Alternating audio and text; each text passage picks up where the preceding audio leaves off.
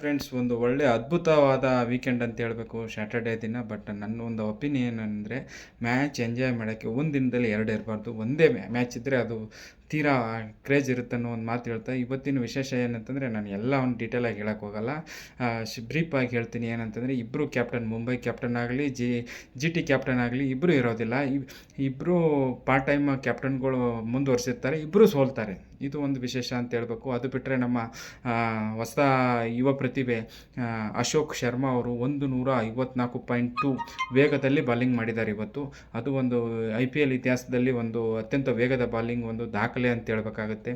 ಅದು ಬಿಟ್ಟರೆ ಮತ್ತೆ ನೆಕ್ಸ್ಟು ಇವತ್ತು ನಮ್ಮ ರಾಜಸ್ಥಾನ್ ರಾಯಲ್ಸ್ ಗೆಲುವಿನಲ್ಲಿ ಪ್ರಮುಖ ಪಾತ್ರ ವಹಿಸಿದಂಥ ಜುರೇಲ್, ಒಬ್ಬ ಆರ್ಮಿ ಮಗ, ಅವರು ಆರ್ಮಿ ಥರನೇ ಹೋರಾಟ ಮಾಡಿರಿ ಅಂತ ಹೇಳ್ಬೇಕಾಗುತ್ತೆ. ಅದು ಬಿಟ್ಟರೆ ಬಾಲಿಂಗಲ್ಲಿ ಲಾಸ್ಟ್ 2 ಓವರಲ್ಲಿ 15 ರನ್ ಡಿಪೆಂಡ್ ಮಾಡ್ಕೋತಾರೆ.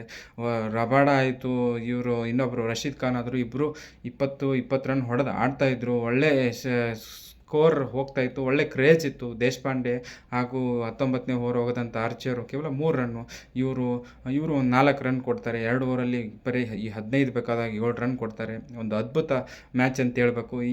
ಈ ದಿನ ಜಡೇಜಾ ಅವ್ರದ್ದು ಒಂದು ಕ್ರೆಡಿಟ್ ಹೇಳ್ತೀನಿ. ಯಾಕಂತಂದರೆ, ಶಾರುಖ್ ಖಾನ್ ರನ್ಔಟ್ ಆಗಬೇಕಾದ್ರೆ ಬೇರೆ ಪ್ಲೇಯರ್ ಆಗಿದ್ದರೆ ಅದು 4 ಹೋಗಿತ್ತು. ಅದು 3 ಹೊಡೋದ್ರಲ್ಲಿ ಡೈರೆಕ್ಟ್ ಹಿಟ್ ಆಗಿ ಅವ್ರದ್ದು ಒಂದು ಬ್ಯಾಟಿಂಗಲ್ಲಿ ಬರೀ 7 ಬಾಲ್ 7 ರನ್ ಹೊಡೆದ್ರು. ಬಾಲಿಂಗಲ್ಲಿ ಸ್ವಲ್ಪ ದುಬಾರಿ ಆದರೂ ನೋಡಿ, ಒಬ್ಬ ಅನುಭವಿ ಆಟಗಾರನ ಸ್ಥಾನ ಯಾವ ರೀತಿ ಪಂದ್ಯ ದಿಕ್ಕು ಬಲಿಸ್ತೈತೆ ಅನ್ನೋದು ಹೇಳ್ತೀವಿ. ರವಿ ಬಿಷ್ಣೋಯ್ ಅವರು ಕೂಡ ಒಬ್ಬ ಇಂಪ್ಯಾಕ್ಟ್ ಪ್ಲೇಯರ್ ಆಗಿ ಬಂದು 4 ವಿಕೆಟ್ ಒಗಿತಾರೆ. ಅದು ಒಂದು ರಾಜಸ್ಥಾನ್ ರಾಯಲ್ಸ್ ಒಂದು ಆ ತಂಡದ ಒಂದು ಬೋನಸ್ ಪಾಯಿಂಟೇ ಅಂತ ಹೇಳ್ಬೇಕು. ಇದಕ್ಕಿಂತ ಮುಂಚೆ ನಮ್ಮ ಡಿ ತಂಡ ಡೆಲ್ಲಿ ಅವರು ಮುಂಬೈ ತಂಡವನ್ನು ಸೋಲಿಸ್ತಾರೆ. 164 ರನ್ನ, 4 ವಿಕೆಟ್ಗಳ ಕೇವಲ 4 ವಿಕೆಟ್ ಕಳ್ಕೊಂಡು ಚೇಸ್ ಮಾಡ್ತಾರೆ. ಅಲ್ಲಿ ಒಂದು ವಿಶೇಷ ಏನಪ್ಪ ಅಂತಂದರೆ, ಅವರು ಸಮೀರ್ ಪ್ಲೇಯರ್ ಅವರು ಕಳೆದ 3 IPL ಕೊನೆಯ ಪಂದ್ಯ, ಟೋಟಲ್ 2 ಪಂದ್ಯ, ಟೋಟಲ್ 3 IPL ಪಂದ್ಯದಲ್ಲಿ ಅವರು ಟೋಟಲ್ ಹ್ಯಾಟ್ರಿಕ್ ಅರ್ಧಶತಕ ಹೊಡಿತಾರೆ. ಅದು ನೋಡಿ, ಇವತ್ತು ಮೊದಲು 24 ಬಾಲಲ್ಲಿ 25, ಕೊನೆ 27 ಬಾಲಲ್ಲಿ 63 ರನ್ ತೆಗಿತಾರೆ. ಒಟ್ಟಾರೆ 90 ರನ್ 51 ಬಾಲಲ್ಲಿ. ಪಂದ್ಯ ಶ್ರೇಷ್ಠ 2 IPL ಈ ಪಂದ್ಯದಲ್ಲಿ ಅವರು ತಗೋತಾರೆ.